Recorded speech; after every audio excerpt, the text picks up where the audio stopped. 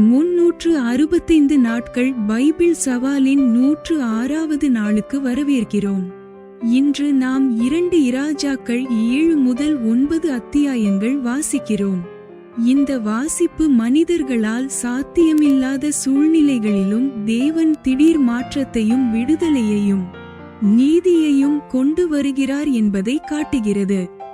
எந்த விஷயமும் தேவனுக்கு கடினமல்ல என்பதை இது நினைவூட்டுகிறது. நம்பிக்கையற்றதாக தோன்றும் சூழ்நிலைகளிலும் தேவனை நம்ப இன்றைய வாசிப்பு உங்களை ஊக்கப்படுத்தட்டும்.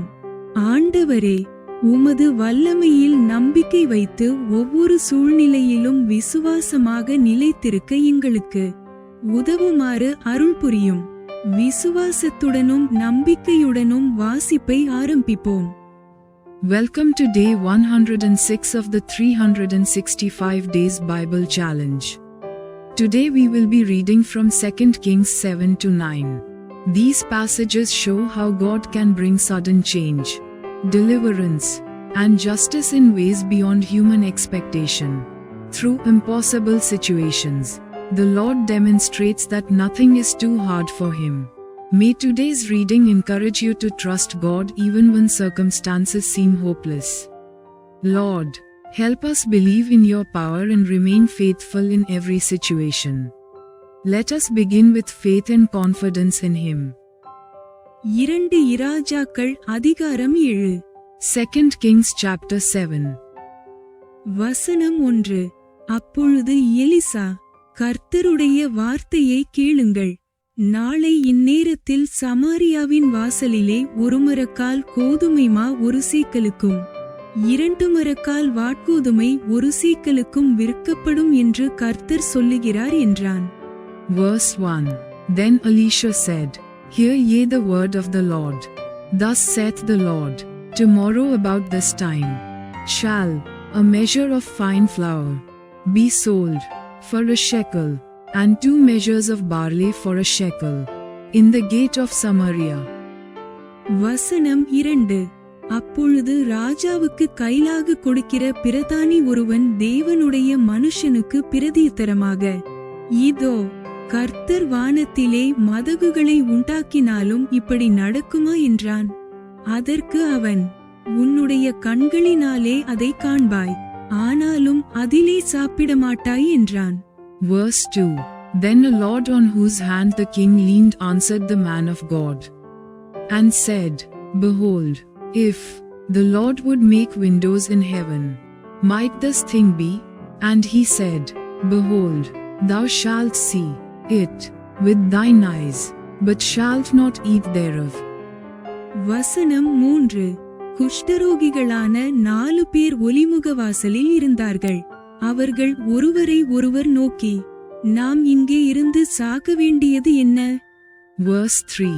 And there were 4 leprous men at the entering in of the gate.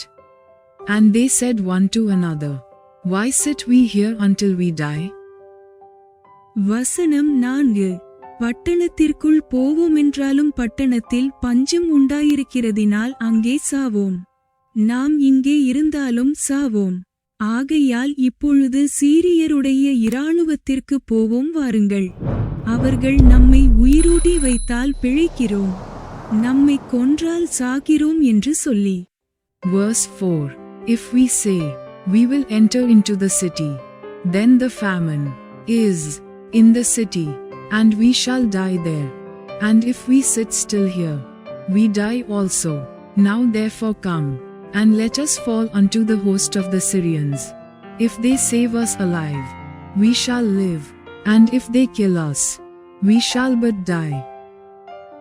வசனம் 5. சீரியருடைய இராணுவத்திற்கு போக இருட்டோடே எழுந்திருந்து சீரியருடைய பாளையத்தின் முன்னணியில் வந்தார்கள். அங்கே ஒருவருமில்லை. Verse 5. And they rose up in the twilight to go unto the camp of the Syrians. And when they were come to the uttermost part of the camp of Syria, behold, there was no man there. வசனம் 6.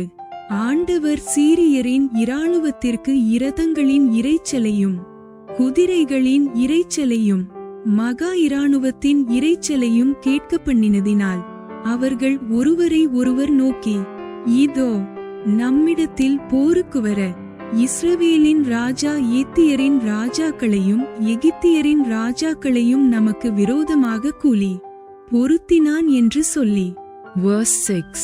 For the Lord had made the host of the Syrians to hear a noise of chariots, and a noise of horses, even the noise of a great host.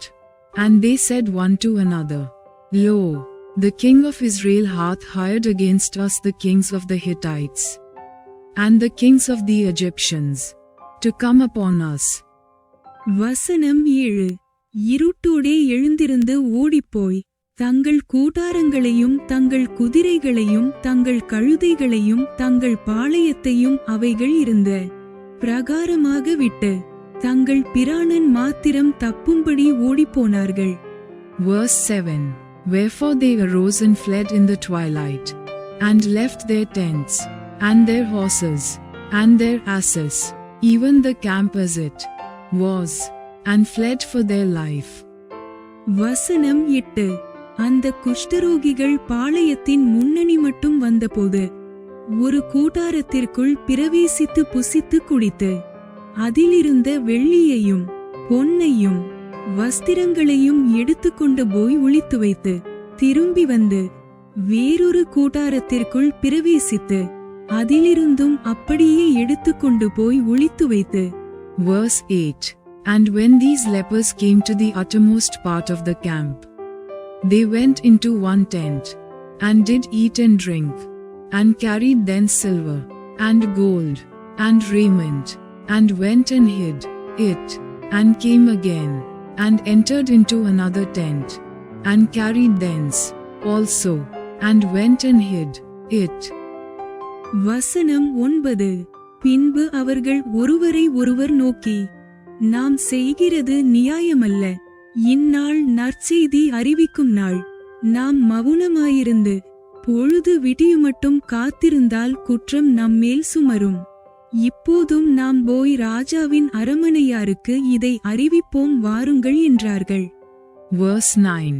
Then they said one to another, We do not well. This day is a day of good tidings, and we hold our peace. If we tarry till the morning light, some mischief will come upon us.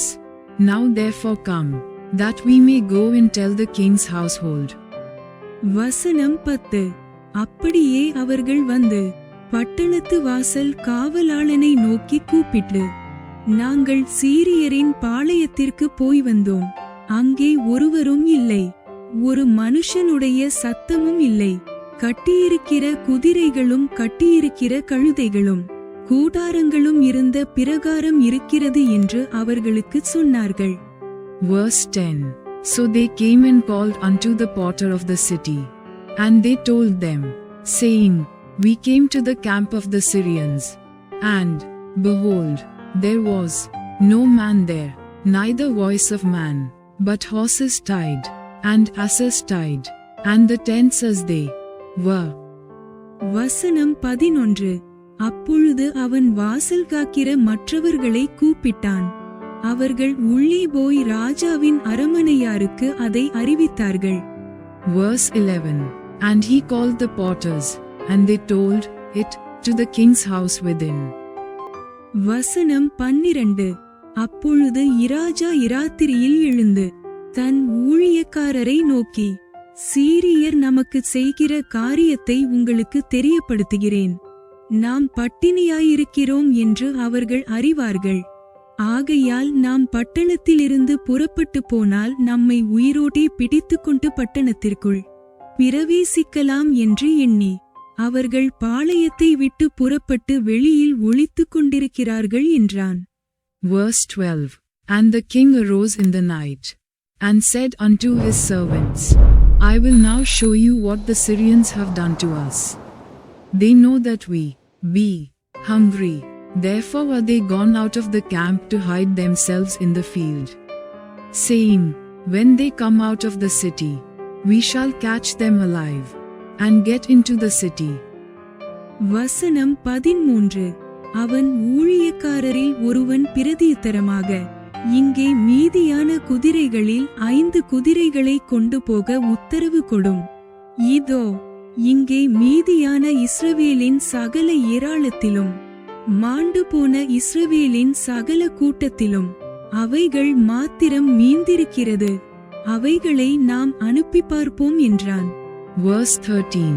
And one of his servants answered and said, Let some take, I pray thee, 5 of the horses that remain, which are left in the city. Behold, they are as all the multitude of Israel that are left in it. Behold, I say, they are even as all the multitude of the Israelites that are consumed. And let us send and see. வசனம் 14. அப்படியே 2 இரத குதிரைகளை கொண்டு வந்தார்கள். ராஜா போய் வாருங்கள் என்று சொல்லி சீரியரின் இராணுவத்தை தொடர்ந்து போகும்படி அனுப்பினான். Verse 14. They took therefore 2 chariot horses. And the king sent after the host of the Syrians, saying, Go and see. வசனம் 15. அவர்கள் யோர்தான் மட்டும் அவர்களை பின்தொடர்ந்து போனார்கள். சீரியர் தீவிரித்து ஓடுகையில் அவர்கள் எரிந்து போட்ட வஸ்திரங்களாலும் தட்டுமுட்டுகளாலும் வழியெல்லாம் நிறைந்திருந்தது. அனுப்பப்பட்டவர்கள் திரும்பி வந்து ராஜாவுக்கு அதை அறிவித்தார்கள். Verse 15. And they went after them unto Jordan.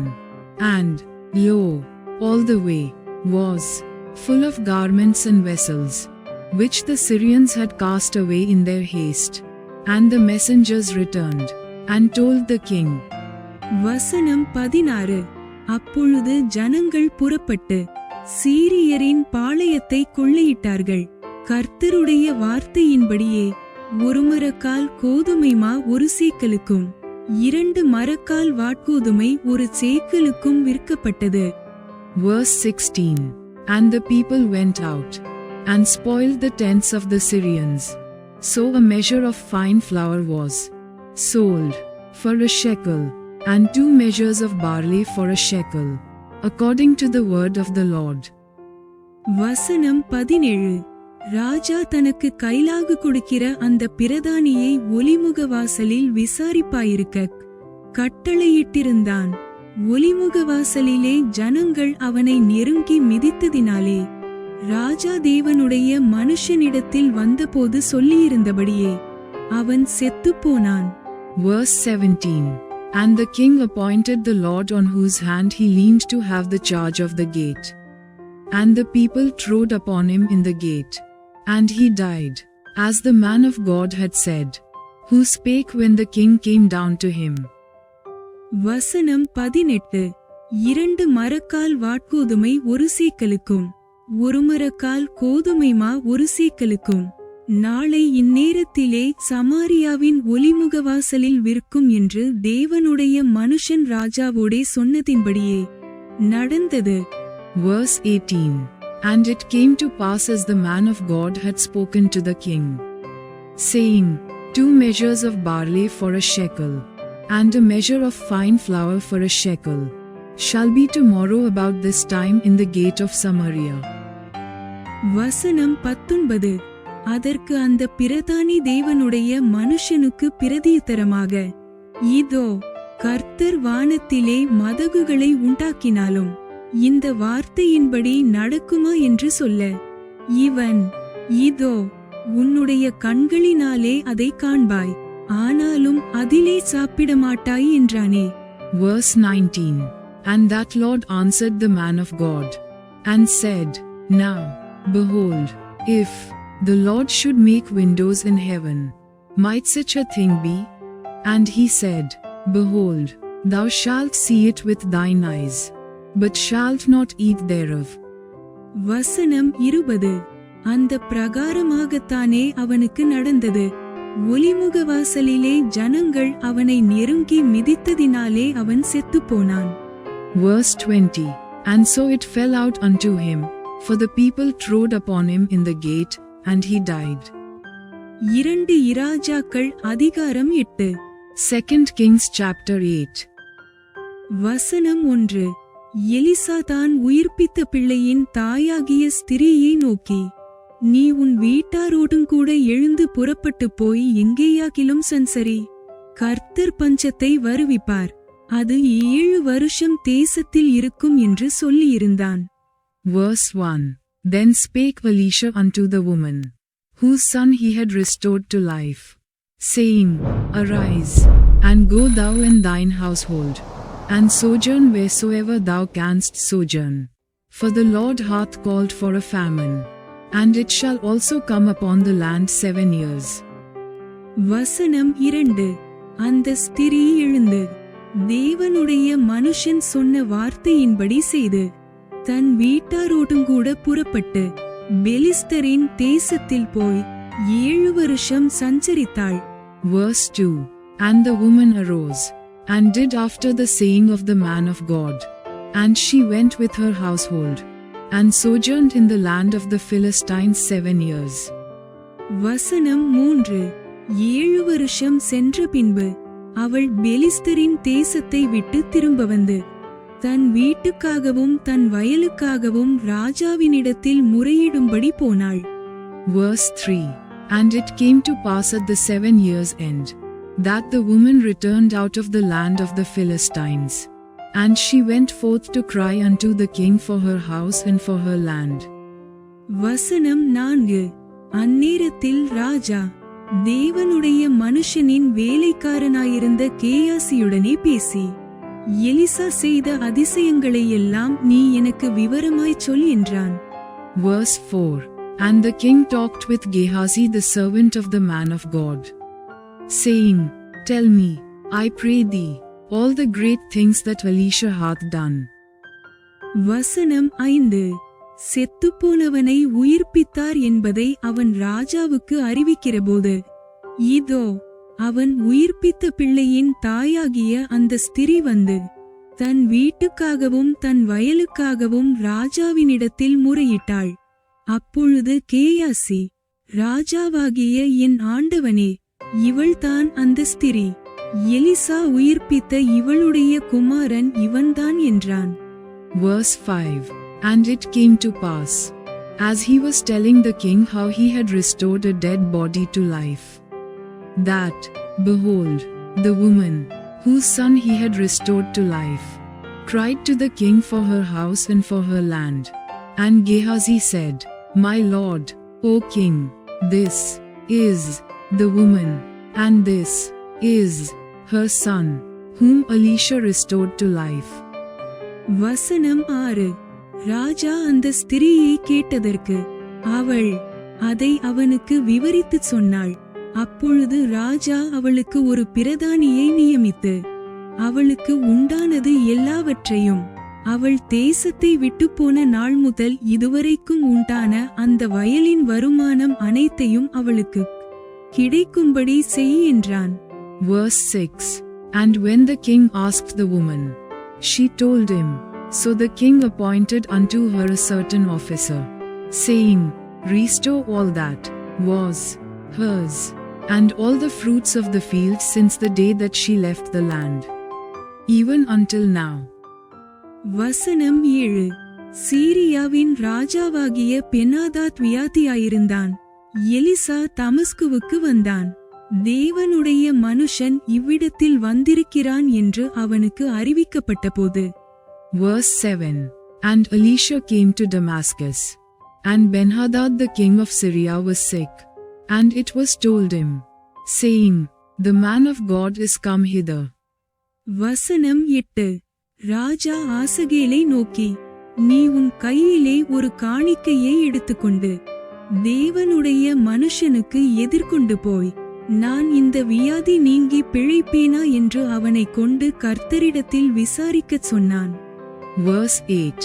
And the king said unto Hazael, Take a present in thine hand, and go, meet the man of God, and inquire of the Lord by him, saying, Shall I recover of this disease?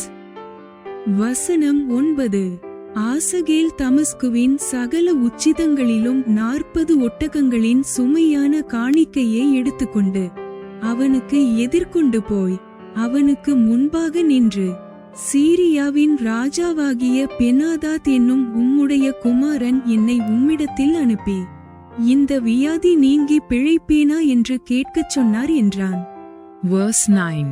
So Hazael went to meet him, and took a present with him, even of every good thing of Damascus, 40 camels' burden, and came and stood before him, and said, Thy son Benhadad king of Syria hath sent me to thee, saying, Shall I recover of this disease? வசனம் 10.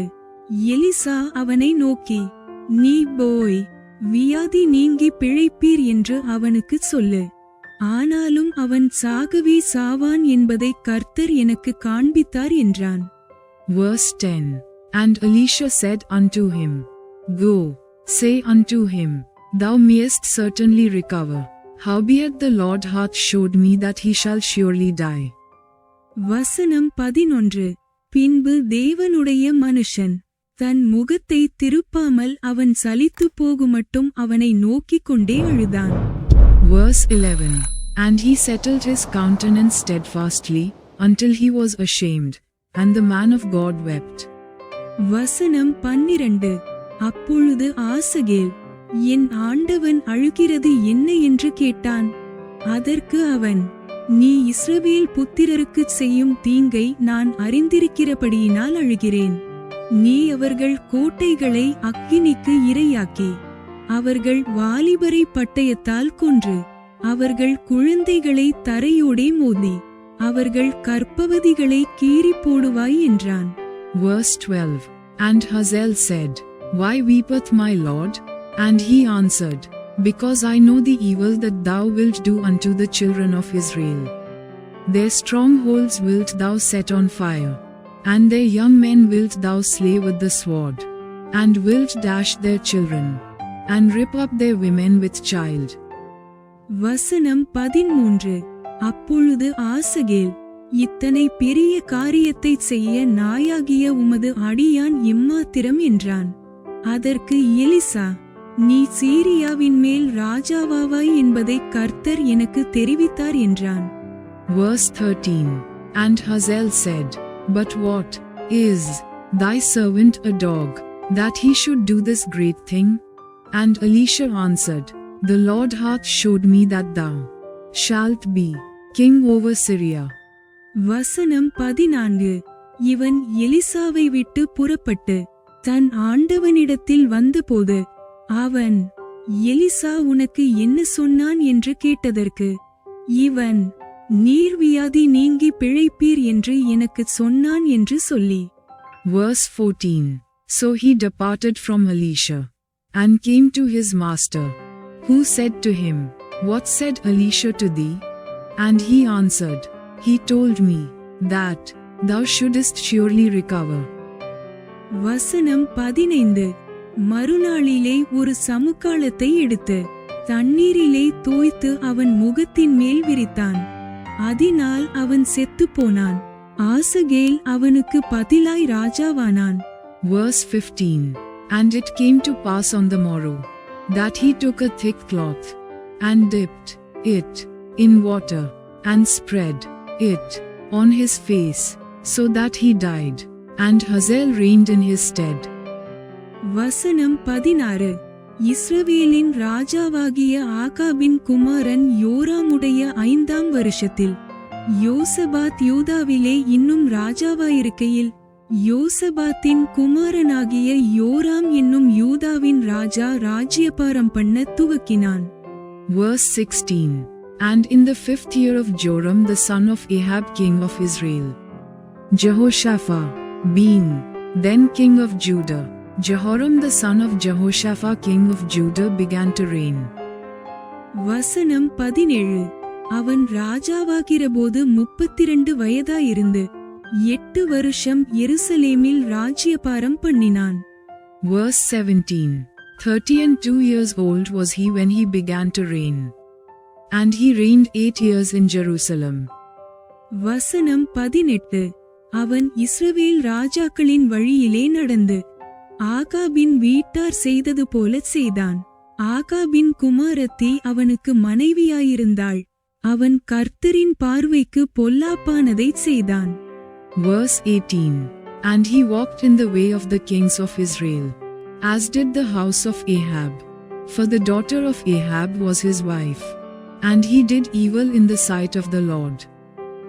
வசனம் 19. கர்த்தர், உன் குமாரருக்குள்ளே எந்நாளும் ஒரு விளக்கை உனக்கு கட்டளையிடுவேன் என்று தம்முடைய தாசனாகிய தாவீதுக்குச் சொன்னதின்படியே அவனிமித்தம் அவர் யூதாவை முற்றிலும் கெடுக்கவில்லை. Verse 19. Yet the Lord would not destroy Judah for David his servant's sake, as he promised him to give him always a light, and to his children. வசனம் 20.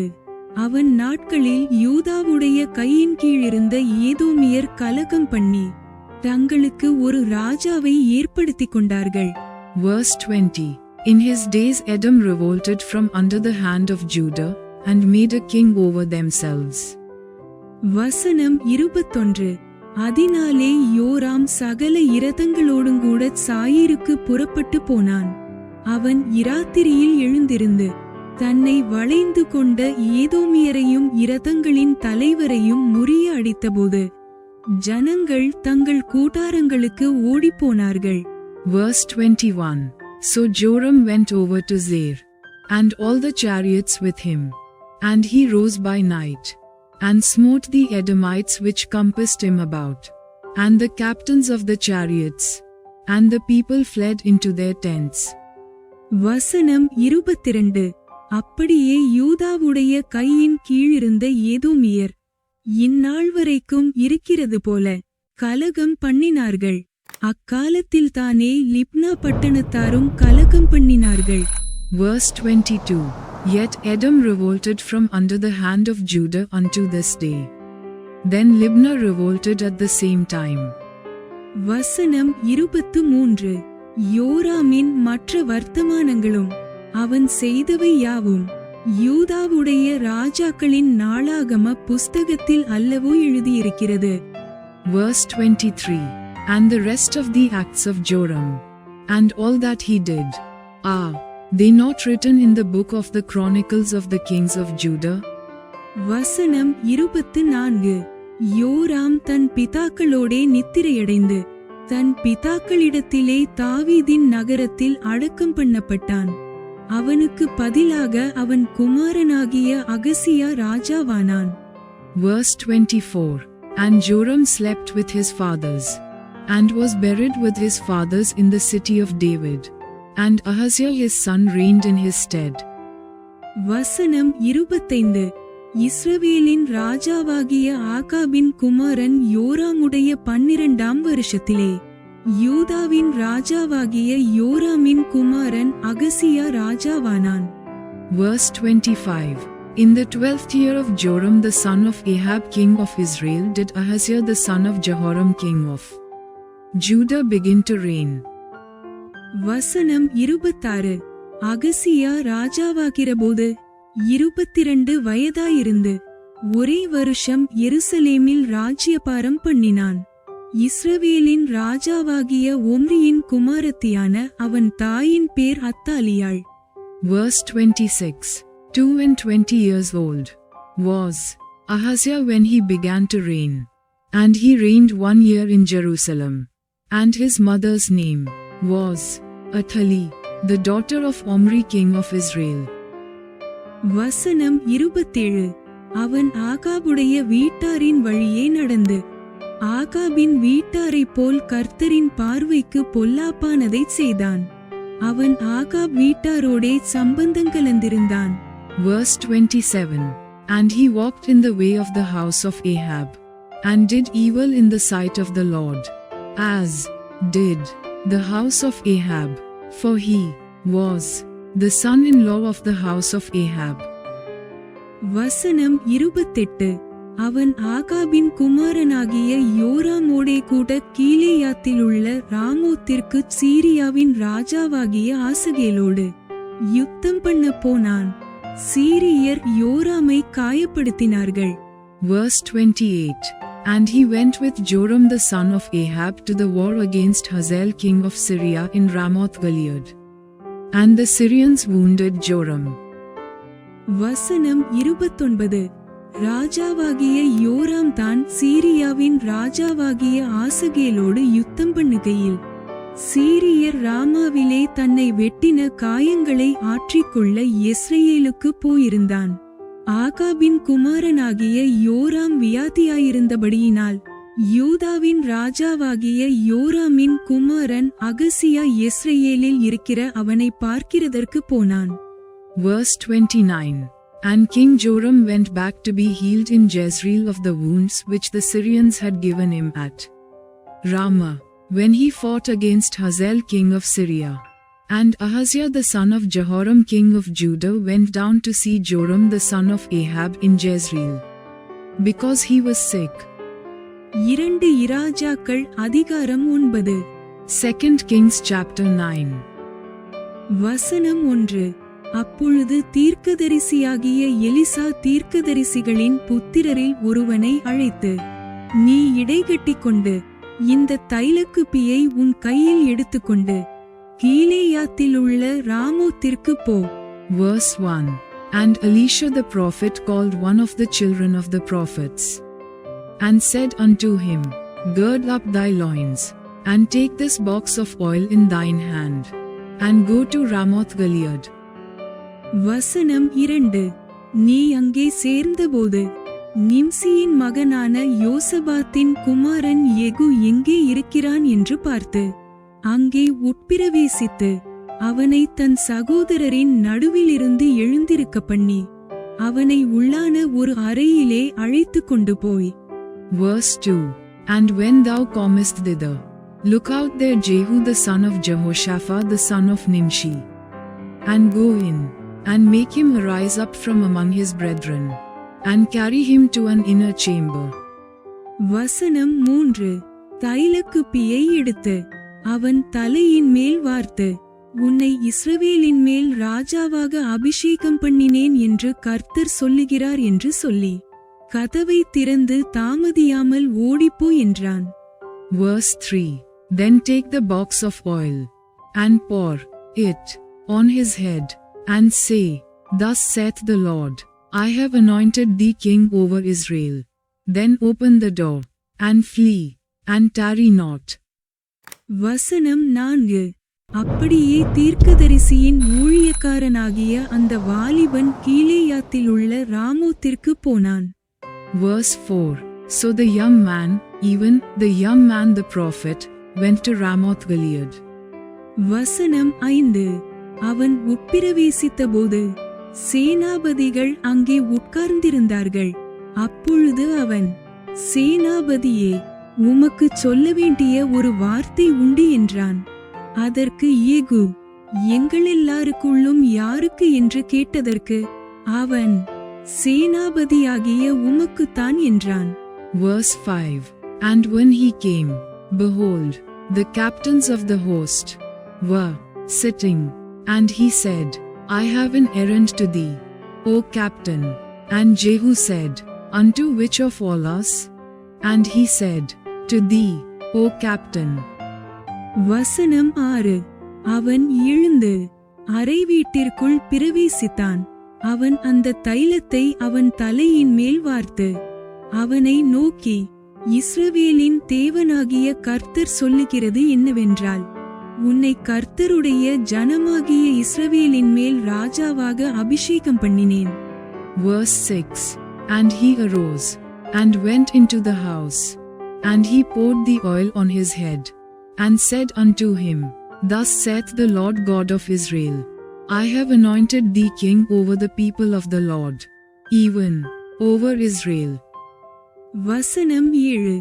நான் என் ஊழியக்காரராகிய தீர்க்கதரிசிகளின் இரத்தப்பழியையும் கர்த்தருடைய சகல ஊழியக்காரரின் இரத்தப்பழியையும் யேசபேலின் கையிலே வாங்கும்படிக்கு நீ உன் ஆண்டவனாகிய ஆகாபின் குடும்பத்தை அழித்துவிடக்கடவாய். Verse 7. And thou shalt smite the house of Ahab thy master, that I may avenge the blood of my servants the prophets, and the blood of all the servants of the Lord, at the hand of Jezebel. வசனம் 8. ஆகாபின் குடும்பமெல்லாம் அழியும்படிக்கு நான் ஆகாபுக்குச் சுவரில் நீர்விடும் ஒரு நாய் முதலாய் ராதபடிக்கு இஸ்ரவேலிலே அவனுடையவர்களில் அடைப்பட்டவனையும் விடுபட்டவனையும் கருவறுத்து. Verse 8 For the whole house of Ahab shall perish, and I will cut off from Ahab him that pisseth against the wall, and him that is shut up and left in Israel. வசனம் 9 ஆகாபின் குடும்பத்தை நேபாத்தின் குமாரனாகிய யெரொபெயாமின் குடும்பத்துக்கும் அகியாவின் குமாரனாகிய பாஷாவின் குடும்பத்துக்கும் சரியாக்குவேன். Verse 9 And I will make the house of Ahab like the house of Jeroboam the son of Nebat, and like the house of Baasha the son of Ahia. வசனம் 10 யேசபேலை யெஸ்ரயேலின் நிலத்திலே நாய்கள் தின்றுவிடும், அவளை அடக்கம் பண்ணுகிறவன் இல்லை என்கிறார் என்று சொல்லி கதவை திறந்து ஓடிப்போனான். Verse 10 And the dogs shall eat Jezebel in the portion of Jezreel, and there shall be none to bury her. And he opened the door and fled. வசனம் 11 யெகூ தன் ஆண்டவனுடைய ஊழியக்காரரிடத்துக்கு திரும்பி வந்தபோது அவர்கள் அவனை நோக்கி, சுகசெய்தியா? அந்த பைத்தியக்காரன் உன்னிடத்தில் வந்தது என்ன என்று கேட்டார்கள். அதற்கு அவன், அந்த மனுஷனையும் அவன் சொன்ன காரியத்தையும் நீங்கள் அறிவீர்கள் என்றான். Verse 11 Then Jehu came forth to the servants of his Lord, and one said unto him, Is all well? Wherefore came this mad fellow to thee? And he said unto them, Ye know the man, and his communication. வசனம் 12 அதற்கு அவர்கள், அது போய் அதை எங்களுக்குச் சொல்லும் என்றார்கள். அப்பொழுது அவன், நான் உன்னை இஸ்ரவேலின் மேல் ராஜாவாக அபிஷேகம் பண்ணினேன் என்று கர்த்தர் உரைக்கிறார் என்று இன்ன பிரகாரமாக என்னிடத்தில் சொன்னான் என்றான். Verse 12 And they said, It is false. Tell us now. And he said, Thus and thus spake he to me, saying, Thus saith the Lord, I have anointed thee king over Israel. வசனம் 13 அப்பொழுது அவர்கள் தீவிரமாய் அவரவர் தங்கள் வஸ்திரத்தை படிகளின் உயரத்தில் அவன் கீழே விரித்து எக்காளம் ஊதி யெகூ ராஜாவானான் என்றார்கள்.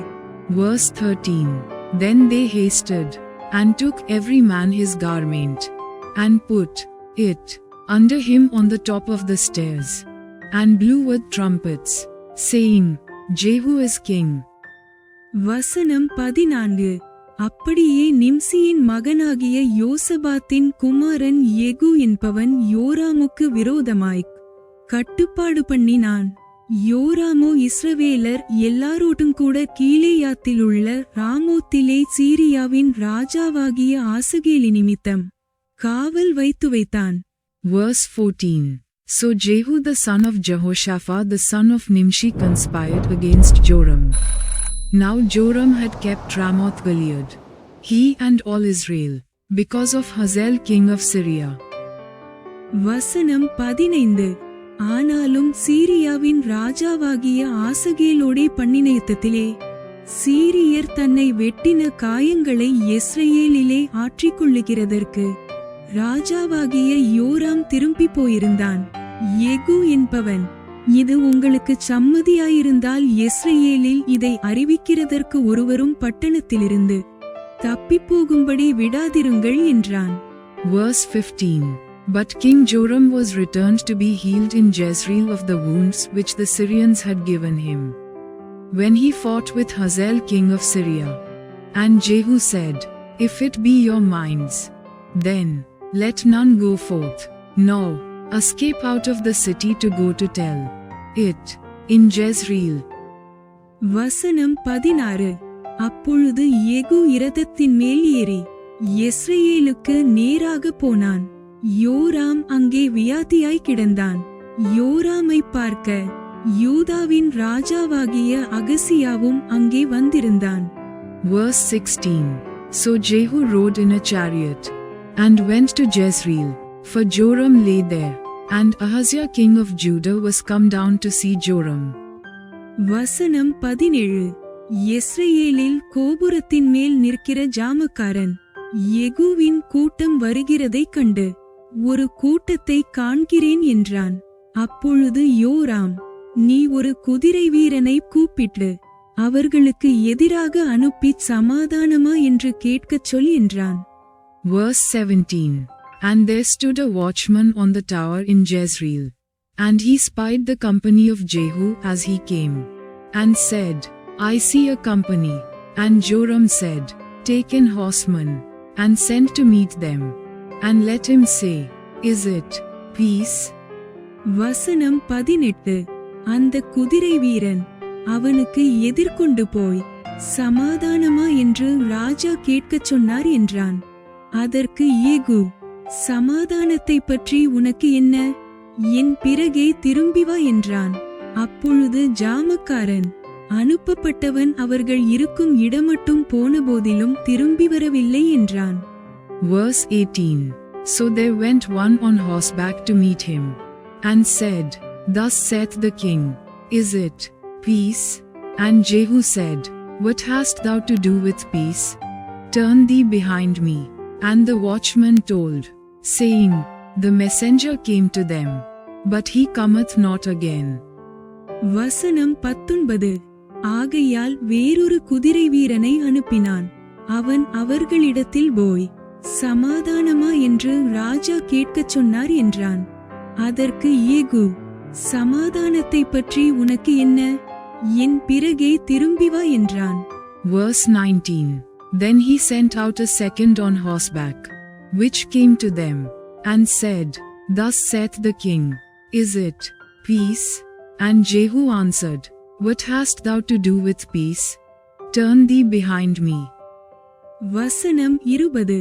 அப்பொழுது ஜாமக்காரன், அவன் அவர்கள் இருக்கும் இடமட்டும் போனபோதிலும் திரும்பி வரவில்லை என்றும், ஓட்டுகிறது நிம்சியின் குமாரனாகிய யெகூ ஓட்டுகிறது போல இருக்கிறது, அதிவேகமாய் ஓட்டுகிறான் என்றும் சொன்னான்.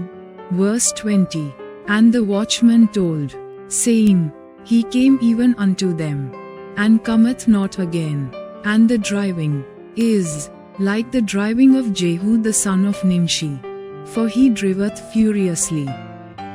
வசனம் 21. அப்பொழுது யோராம், இரதத்தை ஆயத்தப்படுத்து என்றான். அவனுடைய இரதத்தை ஆயத்தப்படுத்தின போது, இஸ்ரவேலின் ராஜாவாகிய யோராமும் யூதாவின் ராஜாவாகிய அகசியாவும் அவனவன் தந்தன் இரதத்தில் ஏறி யெகூவுக்கு நேராக புறப்பட்டு, யெஸ்ரயேலியனாகிய நாபோத்தின் நிலத்திலே அவனுக்கு எதிர்ப்பட்டார்கள். Verse 21. And Joram said, Make ready. And his chariot was made ready.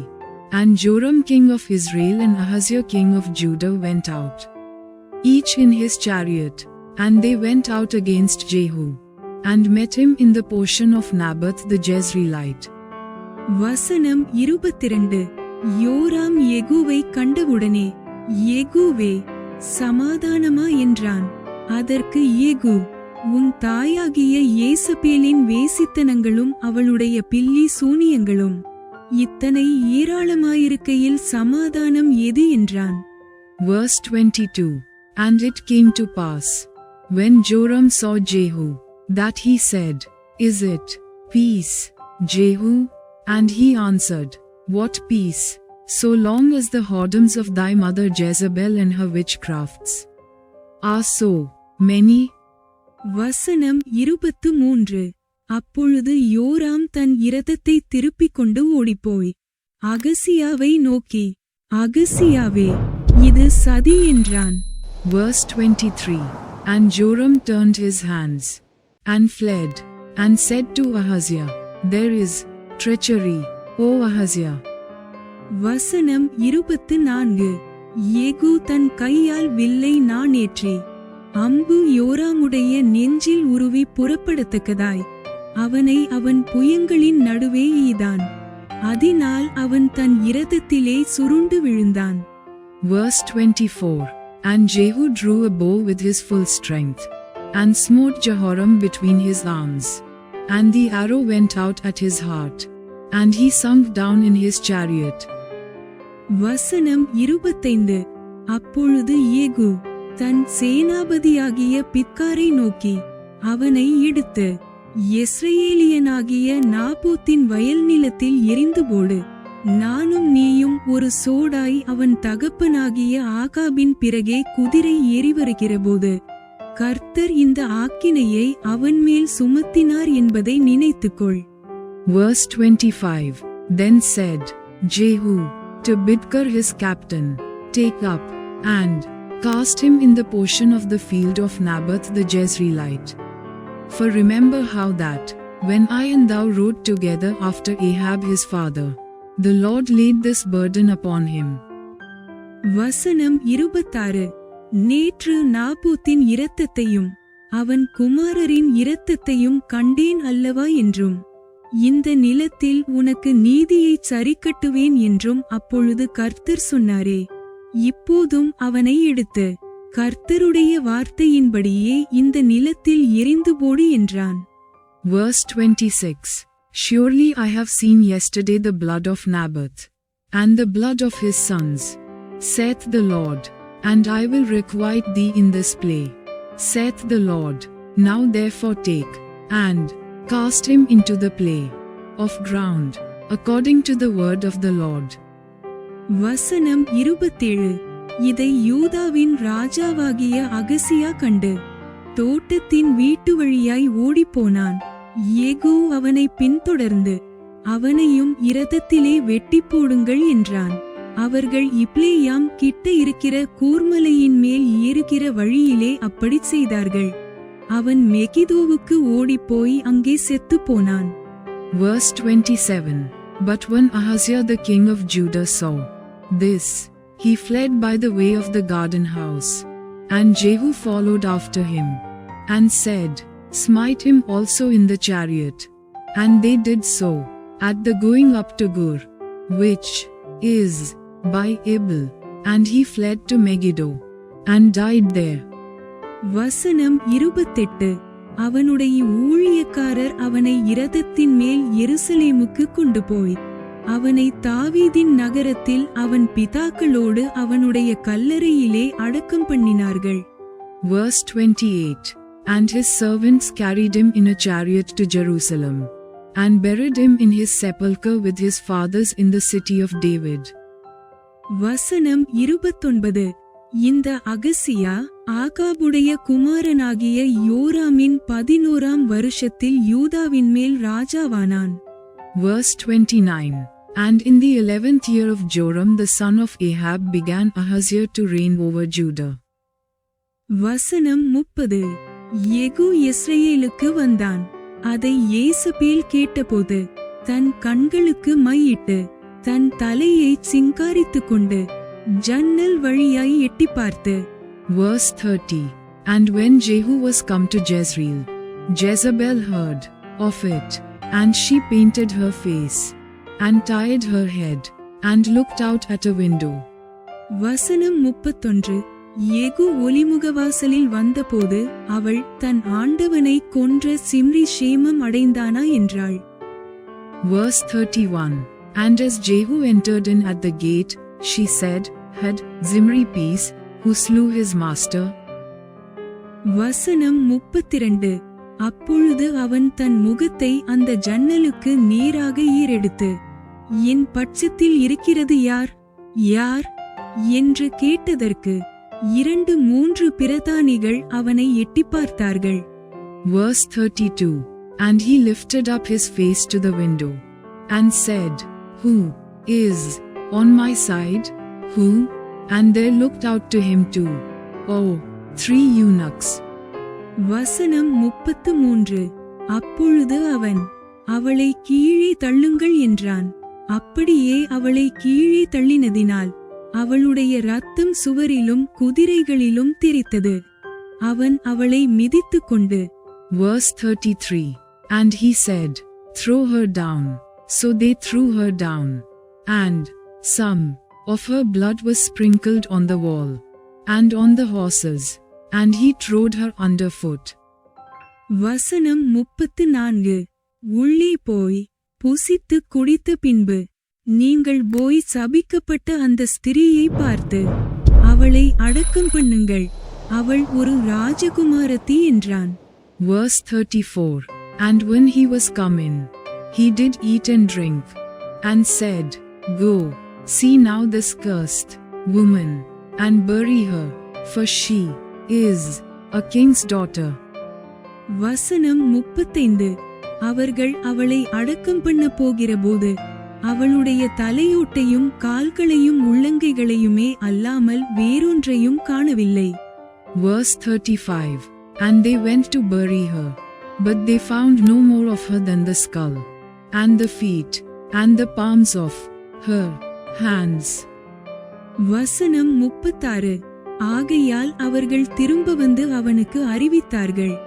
அப்பொழுது அவன், இது கர்த்தர் திஸ்பியனாகிய எலியா என்னும் தம்முடைய ஊழியக்காரனைக் கொண்டு சொன்ன வார்த்தை. யெஸ்ரயேலின் நிலத்திலே நாய்கள் யேசபேலின் மாம்சத்தை தின்னும் என்றும். Verse 36. Wherefore they came again, and told him, and he said, This is the word of the Lord, which he spake by his servant Elijah the Tishbite, saying, In the portion of Jezreel shall dogs eat the flesh of Jezebel. வசனம் 37.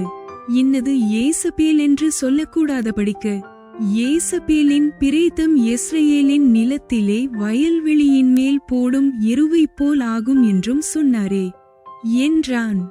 Verse 37. And the carcass of Jezebel shall be as dung upon the face of the field in the portion of Jezreel, so that they shall not say, This is Jezebel. Bible சவாலின் 106வது நாள் இவ்வுடன் நிறைவடைகிறது. இன்றைய வாசிப்பு எந்த சூழ்நிலையையும் தேவன் மாற்ற வல்லவர் என்றும் அவரது நீதி எப்போதும் வெற்றி பெறுகிறது என்றும் நினைவூட்டட்டும். அவரது வார்த்தை உங்கள் விசுவாசத்தை பலப்படுத்தி ஒவ்வொரு சூழ்நிலையிலும் நம்பிக்கையை அளிக்கட்டும். இன்று எந்த தருணம் உங்களை அதிகமாக ஊக்கப்படுத்தியது என்று கமெண்டில் பகிருங்கள். நாளை 107வது நாளில் மீண்டும் சந்திப்போம். தேவன் ஆசீர்வதிப்பாராக. Day 106 of our Bible challenge is now complete. May today's reading remind you that God is able to change any situation and His justice always prevails. Let His word strengthen your faith and give you hope in every circumstance. Comment below what moment from today's reading encouraged you the most. And join us again tomorrow for day 107. God bless you. Thanks for watching. Like, comment, and subscribe to Daily Bible Tamil in English. Word of God.